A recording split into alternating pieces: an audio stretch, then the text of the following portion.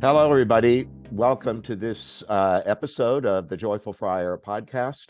I'm over the top excited to have Dr. Eben Alexander as our guest today.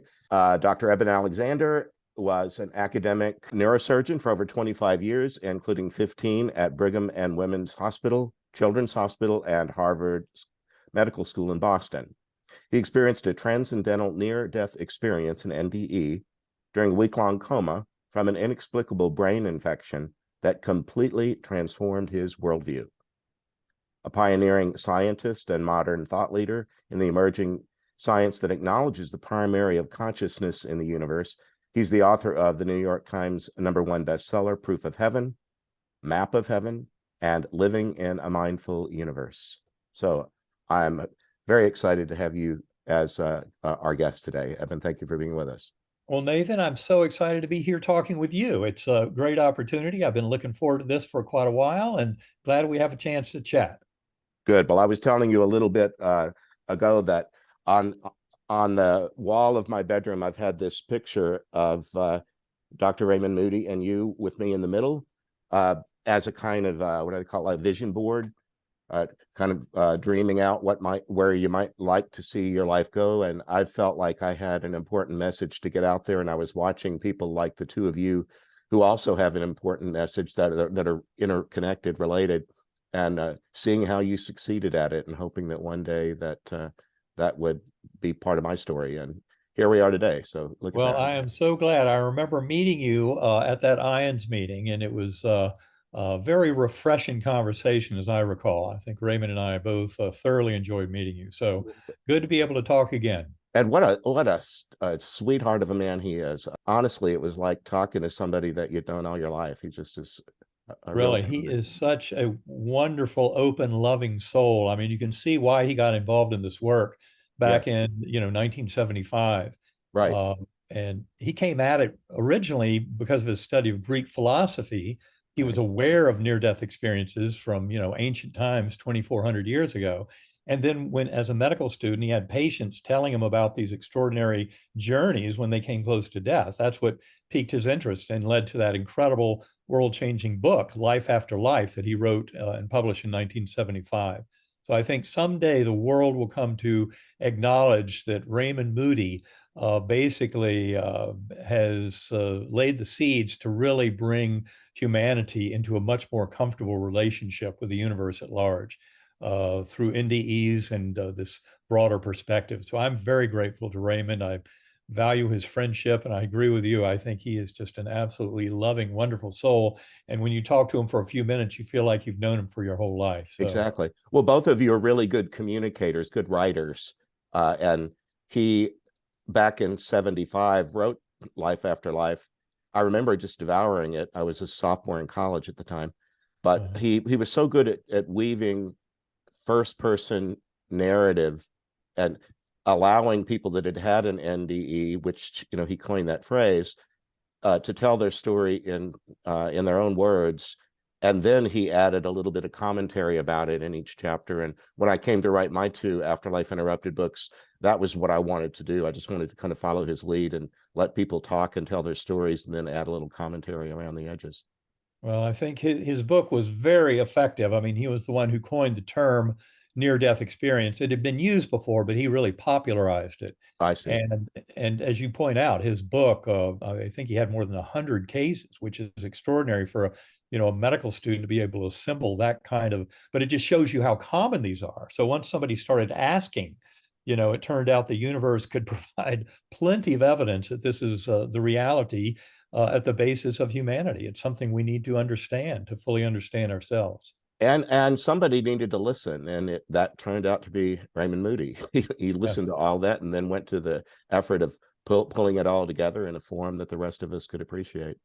Right, absolutely. Well, I first met him at the IONS meeting in September of 2011.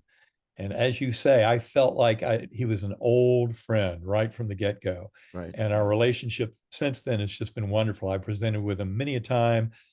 Karen and I have had numerous conversations with Raymond and Cheryl, and we just love them. And he remains, to me, he has a very active inner child. And Yes, that is the sign of a very advanced soul for that's a someone good way to put it, have that because he's just beautiful inner kind of childhood innocence. yeah, And that's exactly what Raymond is made of. So, absolutely. Well, you're a very well-known guy, but I might be introducing you to at least a part of my audience that doesn't know your basic story. So could you do a digest of the story that you tell at length in Proof of Heaven? well, certainly. I'm sure there are many people out there who haven't heard the story, but I never get tired of sharing it. It's the great joy of my life to have been gifted with this. I think it's important to point out to people that I grew up in a very scientific family. My father was a globally renowned neurosurgeon, and he was totally into modern physics, cosmology, neuroscience, but he also had a very strong belief in God. He had grown up with a strong religious faith. He used power of prayer in a lot of his work as a neurosurgeon. For him, it was very natural. God, heaven, all of that. I think he did have some questions about the true nature of the resurrection, but I wish I could talk to him about that today because I think I could help him understand exactly Mm. how it fits in the modern context. Anyway, I went through my life, followed in his footsteps. As much as I wanted to believe much of what I heard in that Methodist church growing up in North Carolina, I must say, through a lot of my career as a neurosurgeon, I found it very difficult to understand how conscious awareness could survive the death of the brain and body. Mhm. That was a big challenge to me. And I guess that's why I ended up having this profound near death experience. It occurred during a week-long coma due to a severe case of bacterial meningoencephalitis back in November of 2008. And I went into coma very rapidly. It began with severe headache, horrible back pain, and and then grand mal seizures. I was gone from this world, deep coma. My family was very alarmed, called the EMTs to our house. They hauled me off to Lynchburg General Hospital, where I'd worked for 2 years as a neurosurgeon. And in fact, the doctor who received me in the ER there, she wasn't told my name. She was just told that she had to see this patient, a 54-year-old white male, status epilepticus in extremis, trying to die right there on her watch. And she came running in and rapidly figured out that I might have meningitis. And she was the one who did the lumbar puncture, but she didn't recognize me at first. But when she did, she was shocked because Mm. my body had already been so transformed by this horrific infection that was trying to kill me. And it was just very frightening to her. And she said, when I met up with her many months later, that when she saw me like that, examined me, and then did the lumbar puncture, got that initial report back from the lab, she knew I was in deep trouble. And all that story is told very fully in the book Proof of Heaven. The important things to point out, though, about the journey, one thing is that my near-death experience is atypical in one major feature, and that is that I had amnesia. I had no memory of Eben Alexander's life. Now, when I first came back to this world, and my memories were starting to come back. They actually took about 2 months after waking up to fully return. But when I first woke up, I didn't even recognize loved ones at the bedside, my sisters, mother, sons. I had no idea who these beings were Uh, because that amnesia was still very active. And I think the amnesia was an important point, even though it's highly unusual. I really haven't heard of it happening in other NDEs, but to me, it was a profound part of understanding my NDE. mm. And we can get into all that through this whole discussion. But to get back to the question of what I went through during that week, basically I went spiraled multiple times through these various spiritual realms, beginning in what I call the earthworm eye view, a very primitive, coarse, unresponsive realm. It's like being in dirty jello. I had no body awareness at all. As I said, absolutely no memory of my life. So no knowledge of earth, humans, anything. I really had an empty slate. And I think that was a critical part for me to fully get all the impact out of my journey. Now, I seem to have a very long existence in that earthworm eye view, that primitive starting place, but luckily it did not last forever. I was rescued by a slowly spinning pure white light that came towards me. And it also was packaged with a musical melody, a very simple but beautiful melody. And the notes of that melody proved very important much later because I could conjure up the portal that this this white light became when I tumbled back down in later journey, aspects of this week-long coma. So the pathway, though, that portal, as we might call it, led up into this brilliant ultra-real Gateway Valley. Now, that was the first shock, because that reality that I experienced in the Gateway Valley was much more real than this world. And that is something people often have trouble understanding. They think a near-death experience would be kind of dreamy or murky. This world here, the material world, seems dreamlike in comparison. That's an important point to make. The reality of that realm is extraordinary. And when you think about it, it should, because, for example, people often describe life reviews occurring. And a life review is not just a vague remembering of events of your life, it's a reliving of the events of your life. And not only that, it is doing so and then getting the emotional perspective of others that you interacted with during the events of that life review. And so you don't see it from your perspective as much as their perspective. So you realize how you treat others and you feel it. I think the life review is there to serve as kind of a course correction. But just knowing that that's the environment you're in is when that can be a common description of what happens, where people relive in detailed fashion the main teaching events of their life from the perspective of everybody involved. That's where you start to appreciate we're not in Kansas anymore. This is an extraordinary realm of kind of consciousness, experience. And of course, as indie ears by the millions tell us, it's all about the binding force of love. And that's what I came to realize as this journey unfolded. In that earthworm eye view, I was a speck of awareness on a butterfly wing. There were millions of other butterflies, colors beyond the rainbow. They were looping and spiraling in vast formations. All of this occurred above a beautiful meadow surrounded by forest with beautiful waterfalls and the crystal blue pools. Incredible joy and mirth, fertility, fecundity. I mean, just an amazing world. No sign of any death or decay. Incredible joy and merriment. There were thousands of beings below me dancing in this meadow.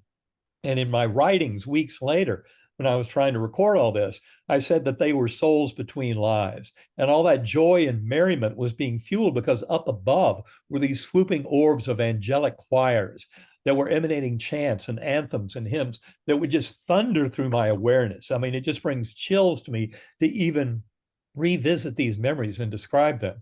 Now, I wasn't alone on the butterfly wing. That's one of the most beautiful gifts, as I tell in the book, Proof of Heaven.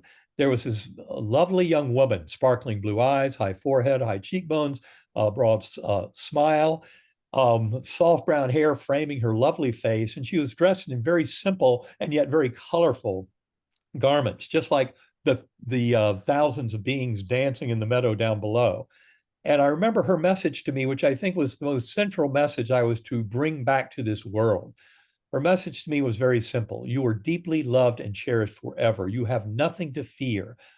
You are cared for. And this message was delivered telepathically. She never had to say a word. In that realm, it's the realm of the mental, of the spirit. And so the messages come from an overlap of our kind of mental awareness and being. And that message was the most comforting and liberating. I can't even put into words how refreshing that message was at that point in the journey. And it turns out I witnessed this summer breeze that blew through, a perfect wind, which I later called the divine wind or breath of God. That was my first awareness of the divine God force, the all unifying creative God force right there. And I saw being presented throughout all the experience, but that was my first witnessing of it. And that was the beginning of yet another ascendance in this journey, because the angelic choirs provided yet another musical kind of wormhole portal up into higher and higher levels. I remember seeing all of four-dimensional space-time, our material world, collapsing down. All of that rich spiritual world of the Gateway Valley with all of its rich kind of intersection of spiritual action and that God force, all of that collapsing down. And note that there's a different ordering of time in that realm. I call it deep time or meta time. And deep time is just the reflection that these kind of events show that Earth time is very artificial. Earth time supports the drama unfolding as a narrative as we live it. But in deep reality, the life review shows we have access to all of those events of our life in that extraordinary spiritual realm. And that deep time is what allows us to see progression of souls and things like that in a whole realm of causality that is much more fundamental than earth time and our experiences in these bodies in this material world. Now, in that ascendance to the next level, I became one with that God force, and one with all that is, ever has been, and ever will be. That oneness is a beautiful and profound principle of united consciousness in these kinds of journeys. And also witnessing that in the core realm, as I called it, with the incredible binding force of love and being told in that realm, not in words, but conceptual flow, we'll teach you many things, but you're not here to stay. You'll be going back. And it turns out that in the many lessons that I was offered through these kinds of journeys in these various stations, I would then tumble back down without explanation to that earthworm's eye view. And the good news is, by remembering the musical notes of the melody, I was able to conjure up this beautiful portal and come back into the Gateway Valley, that lovely kind of spiritual guardian angel on the butterfly wing, always reassuring me with that beautiful message, and then going on into the core for more and more lessons. And much of that I've shared in many talks in the book Proof of Heaven, in hundreds of interviews. So I won't go into any more detail here and now, except to say that there was a lot of learning and teaching and understanding that came from this.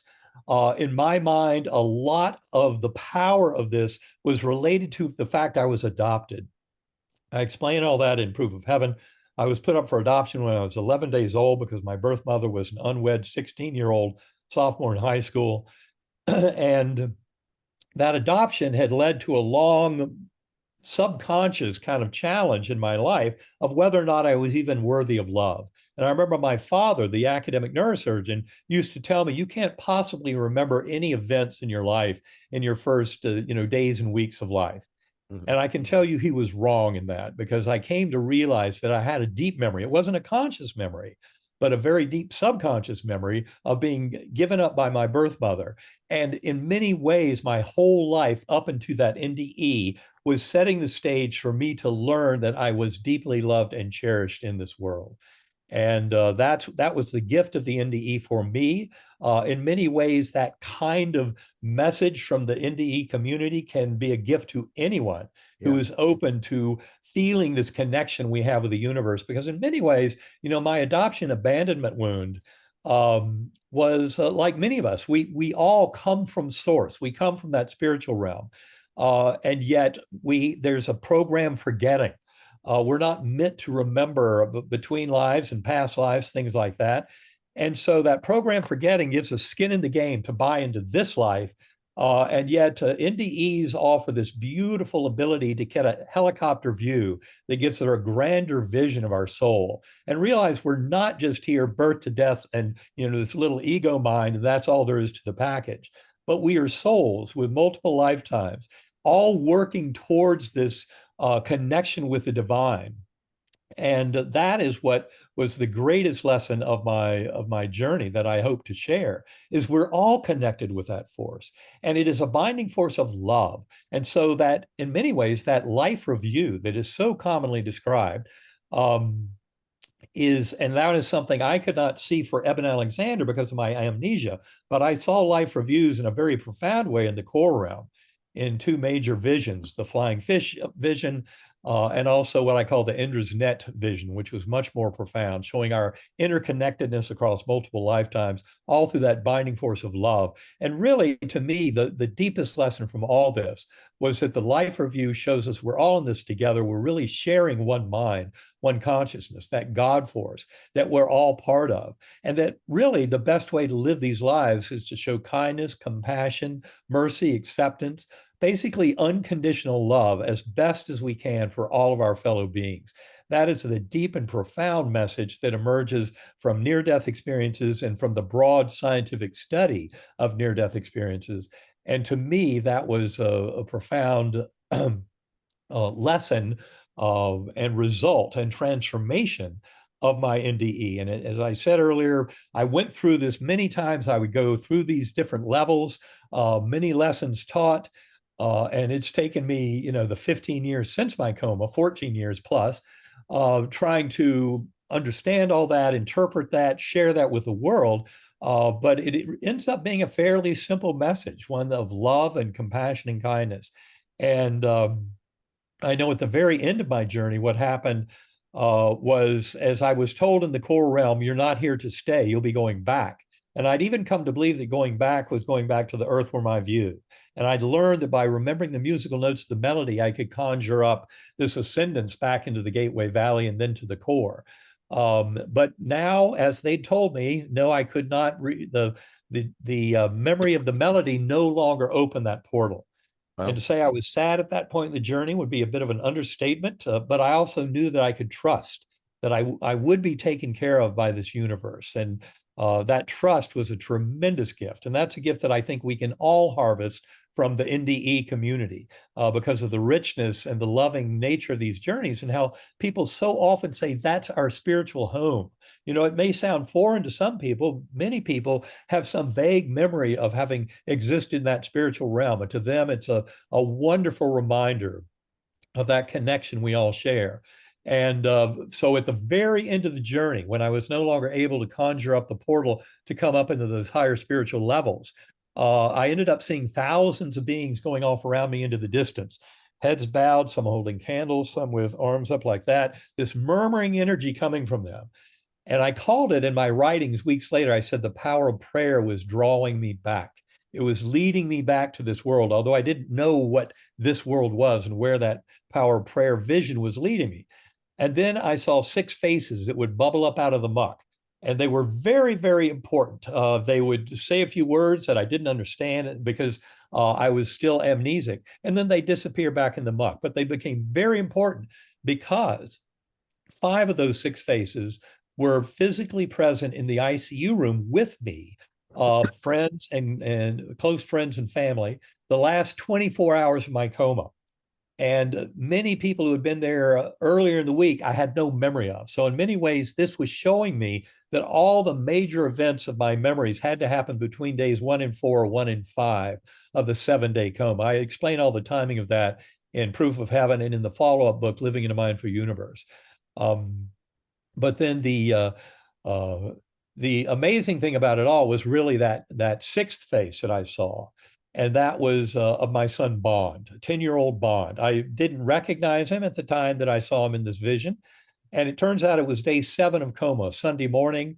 The doctors had held a family conference where they said, well, I started the week with a 10% chance of survival from this meningitis, but now not responding to 3 antibiotics, being on a ventilator all week with no signs of neurologic recovery, I was down to a 2% chance of survival, no chance of recovery. They had protected Bond from the worst news during the week, but they didn't protect him from that. He overheard that, and he came running down the hallway into Major Bay 10 in this ICU, and he pulled open my eyelids. One eye looking over there, one over there, both pupils unresponsive. Anybody out there in medicine know that's a horrible picture. I promise you, I didn't see him with my eyes or hear him with my ears, but his pleading with me was getting through all the spiritual realm, all the way to where I was.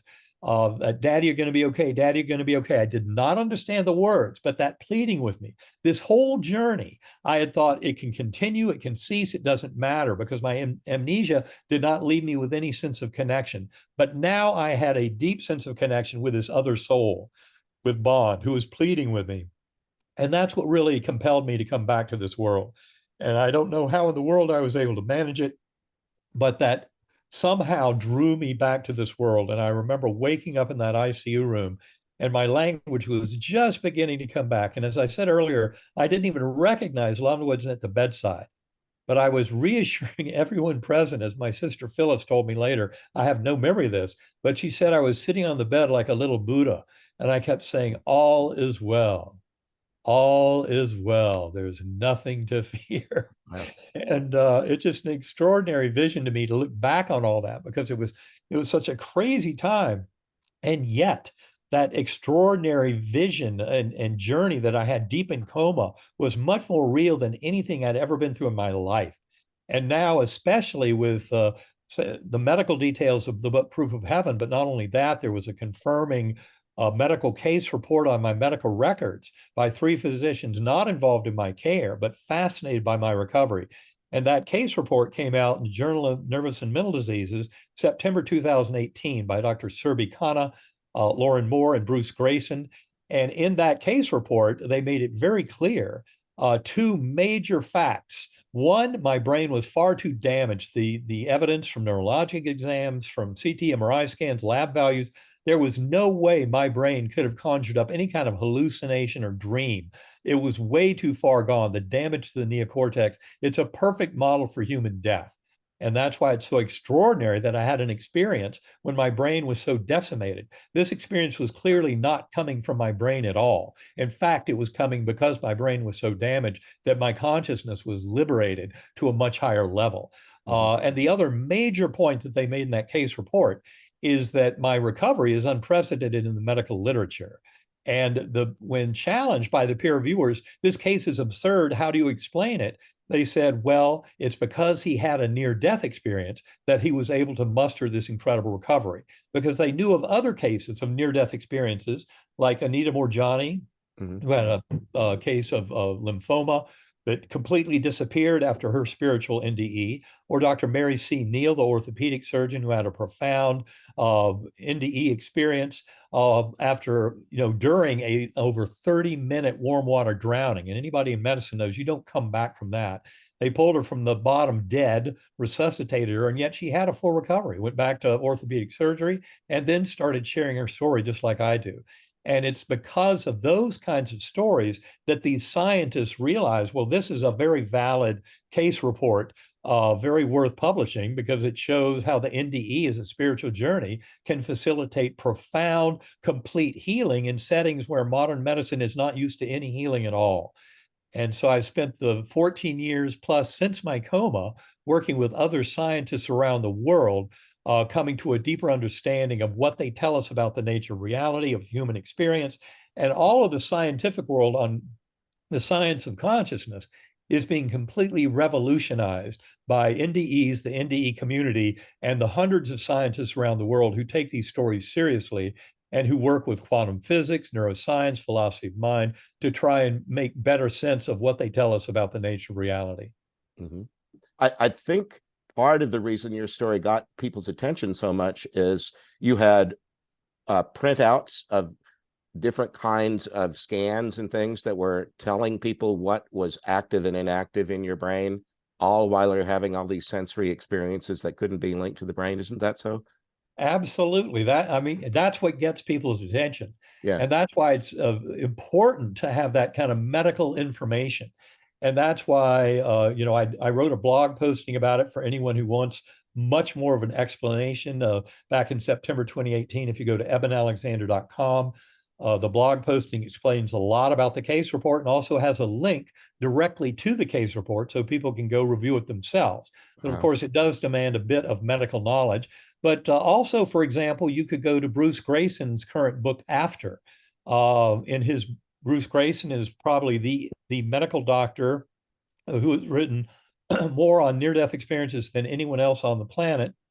Over the last 45 years, he's been investigating as a skeptical scientist. And in his memoir, just published last year, the book is called After.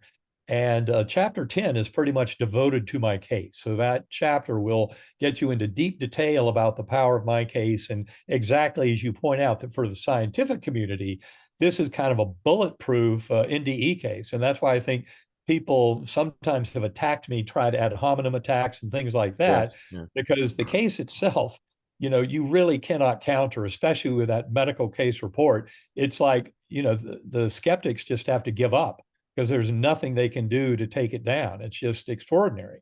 But that's the good news of NDEs in general, is the more we take them seriously, the more they help us understand the nature of reality. Right. Well, I have this question. You mentioned the life review, except that you said you were amnesiac about your own current life and its dramas. When you were having your life review, did it have anything to do with the details of your life? You were 54 years old at the time. That was the part that was so radically different. Was no. What I witnessed, as I said, I had two visions of life reviews in the core realm, and they happen in different passages through that core. The first one is what I call the flying fish version, and there I just saw these schools of flying fish, and I saw how easily we were, our beings down in the water were like the fish in the water, down in this material realm where we're temporarily dumbed down. We have that program forgetting, so we don't remember between lives, past lives, but we're only engaged with this life. And that gives us that skin in the game. And yet, in the flying fish analogy, when the flying fish come out of the water, that's when we die, leave the physical body, our consciousness is liberated from the shackles of the physical brain and body into that much higher awareness of our full soul and its experience over multiple lifetimes in this process of learning and teaching and growing and transforming consciousness. The second time I saw this was a much richer, more profound vision that showed me reincarnation in a profound way. It's what I call the Ender's Net version. And it was a vision of multiple interwoven threads in this incredibly rich, higher dimensional tapestry. And all of them were leading towards this golden center of pure, divine intelligence, I guess. And the weave of the threads was kind of like the breathing of in and out of an incarnation between lives, all in this process of growing towards oneness with the divine. And that Ender's Net vision was incredibly powerful and showed me without doubt that our souls experience multiple incarnations in this process of refinement. To me, it was an extraordinary vision. And yet, when I came back to this world, I'd never as a scientist, paid attention to the scientific support of reincarnation. And then it turns out I just moved to Virginia in 2006. And when I had my coma, I was 60-minute drive south of Charlottesville, where University of Virginia is. And at University of Virginia, if you go to uvadops.org, you can read 6 decades worth of material of scientists investigating past life memories in children indicative of reincarnation. They actually have 2,700 plus cases, of which 1,700 cases are solved. That is, they found the prior person described by the child actually existed. Many of those cases came before the internet, but even in the internet age, with great care, you can make sure there's no fraud and all of that.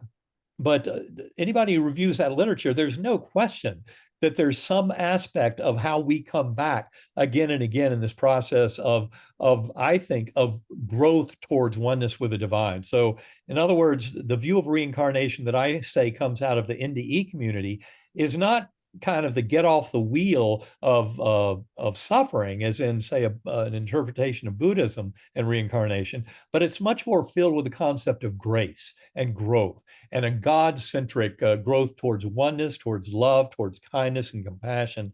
That's really what emerges from this much grander view of seeing the reincarnation evidence as strong evidence of the eternity of our souls.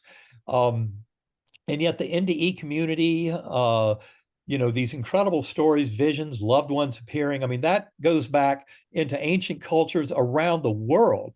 The most common ingredient of an NDE going back thousands of years is of loved ones appearing. And Yes. so many of the modern stories, the loved ones come with information that shows that they're not just a figment of the imagination of the departing soul, but they're actually real. And that is the part that really gets your attention, especially when you then realize, for example, from the work of Christopher Kerr, Kerr, who about 2 or 3 years ago wrote the book, Death is But a Dream.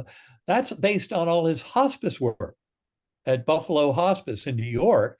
And the texts are the same. The description of people who are dying, what they go through, the comfort they get from departed loved ones who appear to them in their transition is identical to what happens in NDEs and life reviews. So the overlap is there. It proves to us, some people say, well, a near-death experiencer doesn't die, so we don't know what happens when you actually die. Well, if you read Christopher Kerr's work, you realize when you actually die, the very same things happen that are reported in NDEs, all about love and continuity of soul, continuity of our relationships with loved ones. I mean, this is all very reassuring. This is good news for people to understand and spread and share with each other. And it's also very important because the NDE message is also one of bringing love and kindness and compassion to this world. And I think it is not too late. The world has not fallen off the abyss yet. And the message of NDEs and the awakening that I believe they are bringing to the world at large is just in time to rescue us from the mad insanity of that false sense of separation of materialism, which has dominated our culture for a few centuries now, and clearly is off target when you compare it to life reviews and the fact that the golden rule seems to be written into the fabric of the universe in the form of the life review. So the NDE community is very busy through the scientists who study them, helping this world wake up to this much richer and deeper truth of our connectedness, the eternity of soul, and how we're really all here to help each other and to manifest that love that the universe has for us, for our fellow beings. You had a lot to report when you were able to do so, when you regained awareness and the ability to write. I think one of your sons, didn't he urge you to start getting things down on paper? I'm very grateful to both my sons because they've both been absolutely essential in my journey. And of course, the first was Bond, as we said, the 10-year-old who, compelled me to come back to this world with his pleading. And the second was Eben the fourth, my older son. And in fact, he was majoring in neuroscience in college when I went into coma. And he had to drive overnight to come back to me that first night I was in coma. And he had studied neuroscience enough to know when he entered that room and saw me on that ventilator, his dad was gone. And it was very, very disturbing for him and frightening. He took his own vigil with the rest of the family, holding my hand 24/7. The nurses were kind enough to let a family member being there most of the time to help keep me anchored to this world. And I remember Eben, when I was first starting to kind of come around, he ended up going back to school to finish off some exams. And then he came racing back when I got out of the hospital, 2 days out of the hospital, day before Thanksgiving in 2008. And he drove overnight to surprise me because he'd already heard that I couldn't sleep, that I was so energized by this experience that I would stay up by the fire. I was writing and trying to record all my memories and things like that. But anyway, he came home and I remember he gave me this big hug, 6 o'clock in the morning after he arrived. And he told me later it was like there was a light shining through me and that I was far more present than I'd ever been before. And to me, I remember he gave me that hug. And I remember just thinking and telling him it was way too real to be real. I'd already tried to explain this, my spiritual journey, to my doctors. And they would just pat me on the back and say, well, you were very, very, very sick. Your brain was soaking in pus. In fact, we have no idea how you're even coming back to us now and making any recovery at all. But you can forget about it because the dying brain plays all kinds of tricks. So that's what they had told me. Sure. And all my neuroscience knowledge was yet to return. That happened over the next 2 months. But in that early phase, all I knew is what I experienced. And the experience is as real to me now as if it all happened yesterday morning. So the memories are very sharp. And that's in contradistinction to memories of the 36 hours after waking up from coma when I was still very kind of influenced by the meningitis. And I had these paranoid delusional nightmares and ICU psychosis. And interestingly enough, the memories of the deep coma experience, the spiritual journey, are written like deep in stone in my memory now. The memories from that 36-hour post wake up from coma, they disappeared within weeks.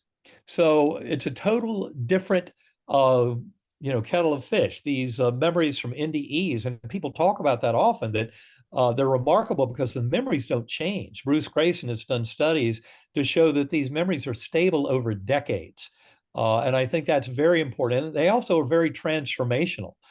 They transform people's lives. So my life has been completely transformed by the journey that I had in coma. Well, that's the next And thing I want to ask about. uh, When we have new experiences, even ones that are as transformational and other and everything of all that you've described, when you there's some sort of sorting that we do with new experiences, and we try to use categories that were already available to us. You were a 54-year-old man. You had been raised in the Methodist Church. Were there any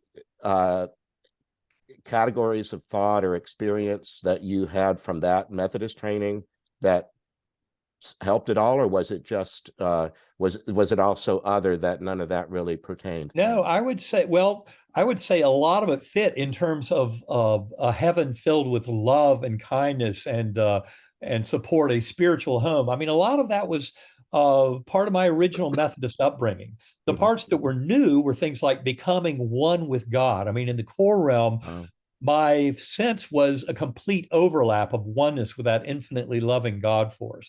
And that is not something I think I was ever really taught in the Methodist Church. And of course, the other piece was the reincarnation. I mean, mhm. that was never part of my Methodist upbringing and teaching. And it was absolutely crystal clear from the NDE experience that is a fact of existence. Just accept it, understand it, work with it, and that's that. But I would say, in going looking back on my life in the church, in Methodist church, and then as an adult in an Episcopal church, um, and all that kind of ended, though, I must admit, in the year 2000. That's an important part of my journey, is that I had a dark night of the soul. It was a perceived rejection from my birth mother. I explained all that in Proof of Heaven. Had to do with the fact my son Eben the Fourth was doing a school project, and he said, "We need to find out more of your biological heritage." And so I wrote the children's home, expecting to get the same answer I'd always gotten, which was, "Your birth mother's not looking for you, so forget about her." And that's not the answer I got in 2000.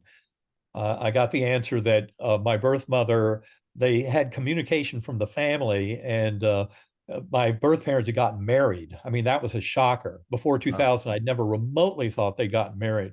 And not only did they get married, but they had 3 children. So, in a 2-minute phone conversation in the year 2000, I found out my birth parents got married, had 3 children, but the youngest daughter had died 2 years earlier, in 1998. And according to the social worker, they were still grieving her loss. So it was not a good time to come back in their lives. And that's what sent me into a tailspin.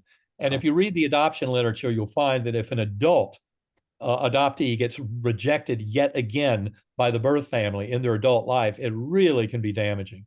And it for 8 years, I quit saying prayers with my kids. I quit taking them to church, um, except for Christmas and Easter. That was about it. And that all changed with my NDE in a profound way, because I realized that loving connection that I did share with the universe at large. And of course, reuniting with my birth family, which did happen a year before my coma, was absolutely essential for me to connect all the dots of what happened during my NDE. Because my guardian angel turned out to be, as people who've read Proof of Heaven, that astonishing revelation towards the end of the book. And it's a spoiler alert, so I won't go into detail. Mm. But the adoption story was deeply linked with my spiritual journey and the beautiful spiritual guide on the butterfly wing. It's an important point to make about NDEs, is that they don't just mimic your prior religious views. And Mhm. mine is a perfect example of that.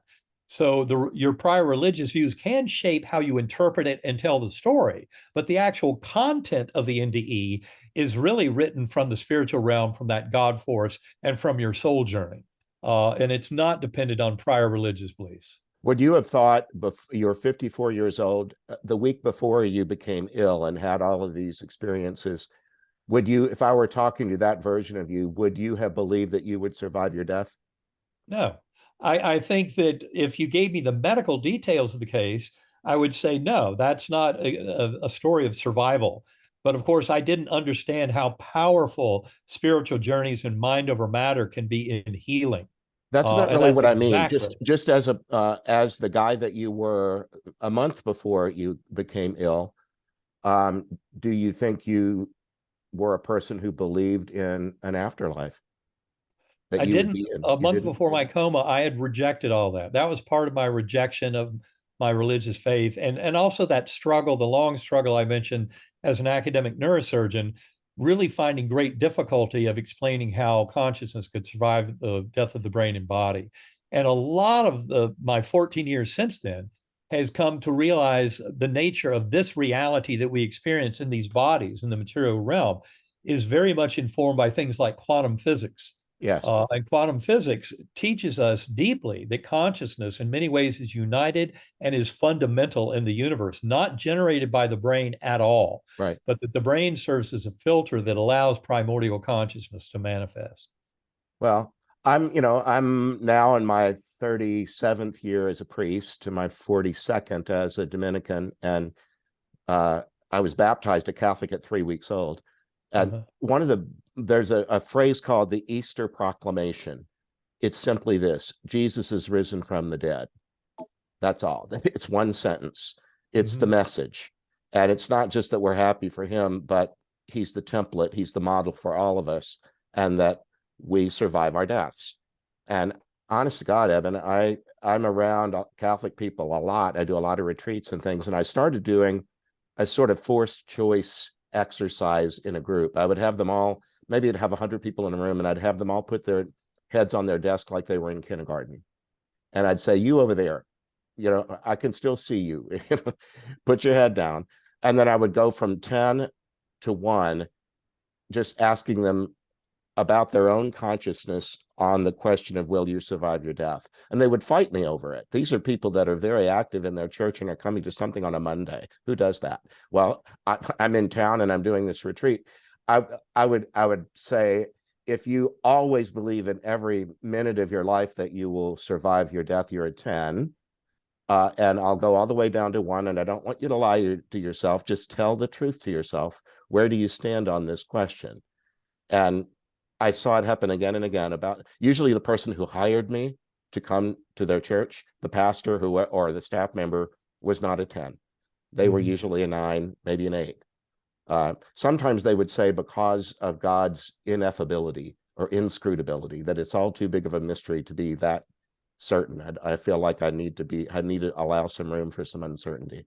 But then the person who came early, who opened the building, turned on the heat or the air, took care of the flowers or whatever, that person would be a 3 or a 2. These like church ladies that would be there all the time, they were a 3 or a 2. And I thought, how did that happen? Really? Yeah, that surprises me. I saw it over and over again. And the median would be somewhere like 6.5. A practicing Christian body of people were only a little bit above the midpoint on the whole question. And I thought, I think I've found my late in life purpose, because it's not just a matter of doctrinal rectitude. It's if you understood that you're not diminishing day by day by day until you die, especially as you get older or have more health issues or feel like life has passed you by, or everybody talks about you in the past tense. Eben, what is it you used to do for a living? There's joyful hope. And that's why my podcast has joy in the middle of it, because I just think the fact that we survive our death changes everything. It absolutely does. Our whole culture is held hostage to the bleak and paltry fiction of materialism that pretends the brain creates consciousness. And it just isn't so. Right. There are hundreds of scientists who study this question around the world today who would agree that the evidence strongly indicates that our souls and our awareness does not come to an end when our body dies. In many ways, that it's expanded and grows into a much greater awareness. I think it's important to point out that the doctors who study the past life memories in children at UVA and at other places around the world tell you have to harvest those memories before age 5 or 6, because they're naturally covered over as we get older. So most of us as adults don't have ready access to memories of between lives and past lives, and yet many children do. And the fact that they've got those 1,700 solved cases at UVA should tell you a lot. And to me, I have no doubt, I'm an absolute 10. There's no question about the reality of eternity of our souls, that we survive death of the body. And I think that's one of the greatest, most joyful pieces of news for this world, is that the science of near-death experiences fully supports this eternity of soul, the reality of heavenly realms, and that we're spiritual beings living in a spiritual universe. And Yes. in our book, Living in a Mindful Universe, Karen and I go into great detail to unify the science and the spirituality that supports this grand and joyful reality. So it's time for this world to wake up to this and start behaving more appropriately, which is we need to treat each other with kindness and compassion and mercy, just as we'll learn through that life review. And better to learn that lesson now when we can live that way. And that cleans up our life review a lot. Karen often tells me just do a daily review, and Yes. more power to it, but the key is to live with love in our heart, love for our fellow beings, kindness and compassion, mercy on all fellow beings. And this is how we can recover this world from that materialism and its false sense of separation. Yes, Because exactly. quantum informed consciousness really tells us that we're all sharing one mind. In fact, that's the deep lesson of our book, Living in a Mindful Universe, is a support for philosophical positions like idealism that show the primacy of mind in the universe. And when you get down to it, it's really more of an evolutionary panentheism, which Yes. is supporting the reality of the God mind in all of us and in all of everything that exists. And evolution, in that the word evolution in panentheism, is because we have free will. As opposed to many in the materialist world who think there is no free will at all, it's all predetermined. And Yes. that is just a horribly bleak and incorrect view of the world and very damaging. And yet it's one that, at least at subliminal levels, many people accept as they buy into materialism. And that word panentheism might not be familiar to everyone who's listening or viewing. I love words and etymologies, and pan just means, enormous, everything, and means inside of, and theos is God. So a panentheist is one who believes God is in all things, and I'm certainly one of those. I try to put it in. I sometimes ask people as a preacher, "Are you a part of all things or apart from all things?" Like when you woke up this morning, did you experience yourself as an object in a bed, in a room among other objects, like the curtains and the door to the closet? Or did you wake up to the knowledge or the understanding, the consciousness that this is my room? I belong here. This is my place. Uh, and not just objectify oneself as a thing among other Well, for things. me, it's, I look up at the stars at night and everything in this universe, and I think that is my room. That is where I live, and that Yeah, is just not even the full extent of it, because we are all children of the universe, of stardust. We have through our consciousness, we have a deep connection with the mind of the universe itself, and in so many ways, this can be very liberating and refreshing to come to this realization. And like you say, the best word to explain it all is joyful. This is good absolutely. news and a cause for joy for all to rejoice in this beautiful planet and existence that we've been gifted with. Yes, and even I believe in joyful hope too, because there's going to be people listening to this that have lost a loved one recently or have health issues that they're very concerned about. It's not joy for me isn't giddiness about being happy minute by minute by minute through life. You've raised a family, you know that that's just not the way it works. You have to Right. teach young people that there'll be joys and sorrows, but they all belong. That Right. you can, if this isn't a great moment just this second, well, stick around. It'll turn. Well, one of the biggest lessons from my NDE was to embrace the hardships and challenges. They are the stepping stones that mark a way forward that allow us to grow as souls. Mhm. And so the bad things that happen to people, from my perspective, the more we can learn to see it all as an opportunity for growth, for teaching, for recovering a sense of love and connection with the universe, it's a gift. So, my meningitis, looking back on my life, there are many things that at the time I lived through them, I thought, why does this happen to me? This is a bad thing. Why? Yes. And yet, when I look back on it all, and especially some of those things that were the worst challenges and situations of my life, I came to realize that's where I really grew. That's Sure. where I really came to appreciate my existence, gain a tremendous sense of gratitude for every breath, embrace the challenges and hardships. And it's how we deal with them that allows us to express free will. Because I would say there might be some predeterminism in the hardships and challenges, but what allows us to manifest free will and to grow and transform as souls and contribute to the transformation of all consciousness is to go with the flow, to learn what is the lesson we were to learn from all that, and then just run with it. Mm. And just remember that we are deeply loved and connected with this universe. We're here for a purpose. From my point of view, the word spirituality just has two big ingredients. One is a sense of connection through the mental and spiritual. The other is a sense of meaning and purpose in our lives. And that's all you need. And to the extent that religions can support and foster that, all the better. But occasionally, ideologies and religious teachings can lead the other way. Yes. Especially if you sense a conflict with other ideologies. And the more any religion hews closely to love, compassion, kindness, unconditional love, mercy, acceptance, and gratitude, forgiveness when necessary, then I think that religion is doing the world good, bringing spirituality alive and well. But of course, religions occasionally can work against that. So it's important to remember the goal. The goal is love, compassion, and kindness. That is the deepest lesson that comes out of the NDE community. 90% of NDEers believe in God in some form. Yes. Not necessarily in a form presented by religion, but certainly they bring back the message of love and connection. And I don't that's know where I how think, familiar you are with the work that I describe in my two books, but my people had a death experience. They really did die violently and suddenly, but they come in a dream and show me at least the outlines of that. But they've been in a therapeutic afterlife realm because they needed it, because their death in a car crash or a shooting or a drowning or something was just so jolting that they weren't ready for new experiences until they had a chance to regroup somehow. yeah. Well, that's a So beautiful way of putting it. I'm going to have to read your books. I I'll send you one. Well, that would be great. I would Yeah, love that. And yeah.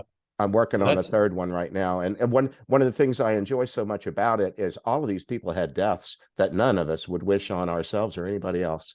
Uh, uh, and and then afterwards, they're just so well cared for. The way that you described everyone that you right, met in your experience was kind. They didn't, and sometimes they speak your language and other times they don't. Everybody moves at their own pace without being shamed that they ought to be further along by now, or they should be keeping up with the group.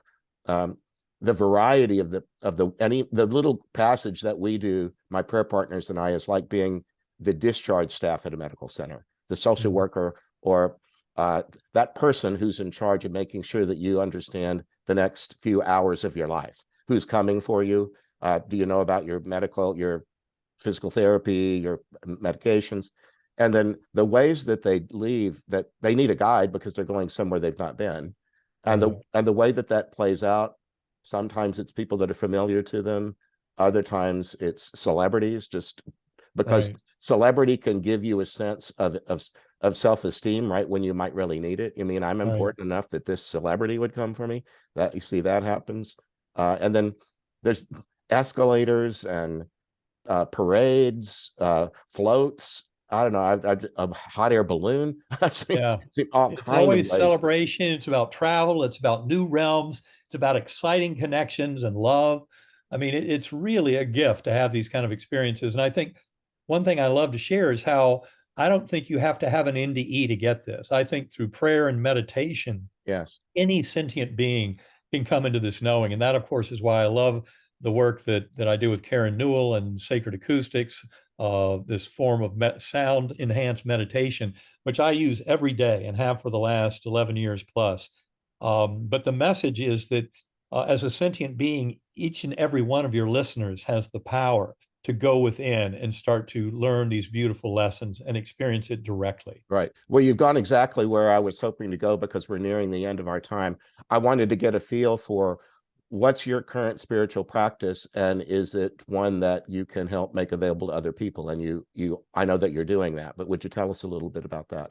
Well, I meditate daily using sacred acoustics. It's a form of binaural beat brainwave entrainment. I was attracted to it within about 2 years after awakening from coma because I'd read something like 150 books since my coma, but came to realize if you really want to get it, you're going to have to explore consciousness yourself. All right, So let I me knew stop you there because you used a phrase that probably is going over the heads of not only me but other listeners. By what was it? okay, binaural beats. Okay. And I'll explain. Binaural means two ears. Yes. And what that means, it's a something discovered in the 1800s by a Prussian physicist that if you put a pure tone, say 100 hertz as an example, 100 cycles per second in one ear, 104 hertz as an example in the other ear, somewhere in your brain you generate a 4 hertz signal. That's the arithmetic difference between the two input signals. But anyway, in the 20th century, people learned that by using a slight differential frequency to the two ears in meditation, you could have people basically separate from their body. It was especially important in generating out of body experiences, also in generating what's called remote viewing. Remote viewing is, you might have heard of psychic spy programs, things like that. Yes. Remote viewing is a technique where you can, and it's been scientifically validated to work in like archaeological digs, in astronomy. Like, for example, the blue ring of Jupiter was first seen by a remote viewer working with the military 6 years before the Voyager spacecraft flew by Jupiter. But anyway, the point I'm making is that there's something very magical about those differential frequencies and their influence on the lower brainstem that allows consciousness to be set free. And I heard about binaural beats way back, in 2011. That's what drove me into deep meditation, and I've been using it, for 11, 12 years since that time. And especially I use Sacred Acoustics. So people can go to sacredacoustics.com to learn a lot more. There's a free 20-minute file that you can listen to. Perfect. And don't be scared off by, Some people think, well, isn't that a Hindu thing? Well, as I said, when I came back from my journey, I knew the word God was a puny little human word with way too much baggage. And I decided to call that being and because that was what I heard and experienced in that core realm. And what it really means is you don't want to just label that force as God or Allah, Brahman, Vishnu, Jehovah, Yahweh, Great Spirit, because that assumes that you kind of own it and can define it. It's far too grand for that. Realize we're all talking about the same thing, that force of love and kindness and connection. And that to me was why I called it even though I'm perfectly comfortable calling that force God or any of those other words. But I also realize that labeling it does not define and confine it, but we need to go with the freedom of allowing that force to take us along on this journey, and not use our little linguistic human brain to try and label it, define it, separate it out from other people's version of that, and realize that, for example, the NDE community teaches us that can be a very unified approach to seeing this loving, compassionate, merciful force at the core of the universe as being at the very core of our conscious awareness. Amen. Well, I'm sure that you have other things that people might enjoy. I don't know, blogs or dailies or a newsletter or something like that? Or is there something that people can sign up for if they want more? Well, EbenAlexander.com is a great resource, especially for the FAQ page, for the blog postings, a recommended reading list with more than 100 recommendations, all categorized, many with hot links that take you right to the appropriate scientific paper, what have you. But then even more importantly, I would encourage people to follow us, work that Karen and I do together. And she was my co-author of Living in a Mindful Universe, my life partner. And Inner Sanctum Center, that's INNER sanctumcenter.com, is a great resource. It has a lot of free options, including interviews we did during a year and a half of the pandemic every 2 weeks. Karen realized we weren't going to be meeting up with many of the people that we would present with at conferences. So we just started interviewing them every 2 weeks, and have some wonderful interviews in there that will wake people up to this revolution in the scientific understanding of consciousness, the unification of science and spirituality. So innersanctumcenter.com, excellent resource for people to get on board.